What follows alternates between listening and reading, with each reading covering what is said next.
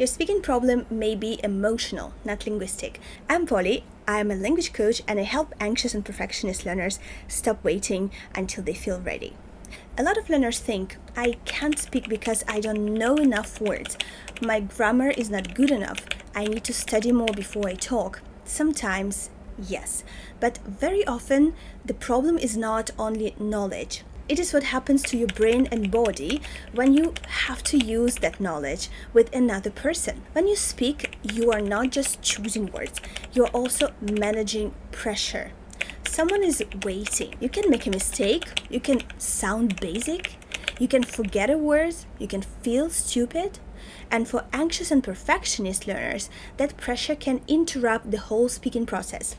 You may know the word, but your brain blocks access to it. You may know the grammar, but you start editing every sentence before it leaves your mouth. You may understand the question, but your body reacts like this is a small public execution. Very dramatic, very unnecessary, but very common.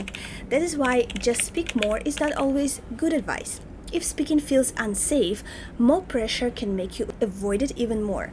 A better approach is to train speaking in small, controlled steps. Start with low-pressure speaking. One sentence, one voice note, one ugly answer, one imperfect version you do not delete. The goal is not to sound fluent immediately.